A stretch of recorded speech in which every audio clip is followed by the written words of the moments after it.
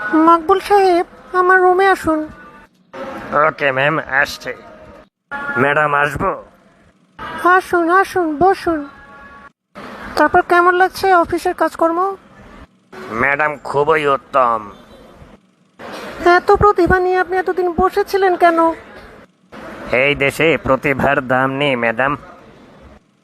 এর আগে কোথাও চেষ্টা করেছেন? করেছি ম্যাডাম, সবকিছু আগে থেকেই সেট আপ করা থাকে। মানে বুঝলাম না।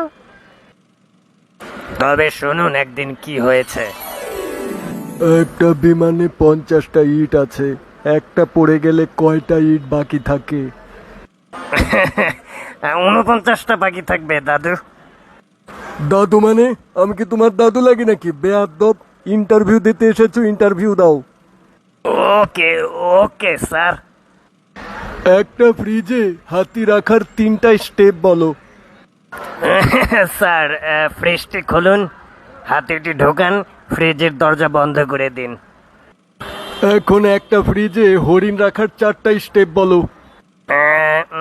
স্যার, ফ্রিজটি খুলুন, হাতিটি বের করুন, হরিণটি ঢোকান, ফ্রিজের দরজা বন্ধ করে দিন।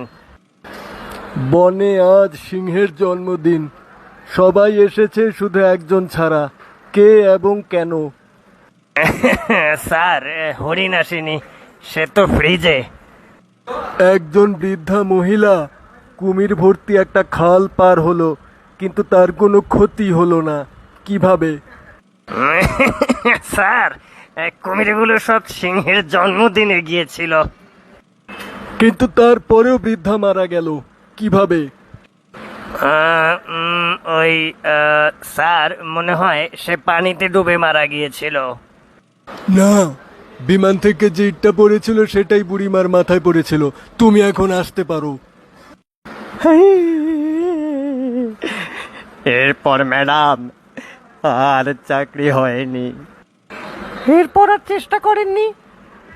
করেছিলাম ম্যাডাম, কিন্তু সেটা আরো দুঃখজনক। বলুন, 1971 সালের মুক্তিযুদ্ধে কতজন শহীদ হয়েছিল? স্যার, এ তো ভীষণ সহজ, 30 লাখ মানুষ। হ্যাঁ, এবার আরেকটা সহজ প্রশ্নের উত্তর দাও, চাকরি কনফার্ম। জি স্যার, বলুন, আমি রেডি। মুক্তিযুদ্ধের শহীদ ওই 30 লাখ লোকের নাম বলো।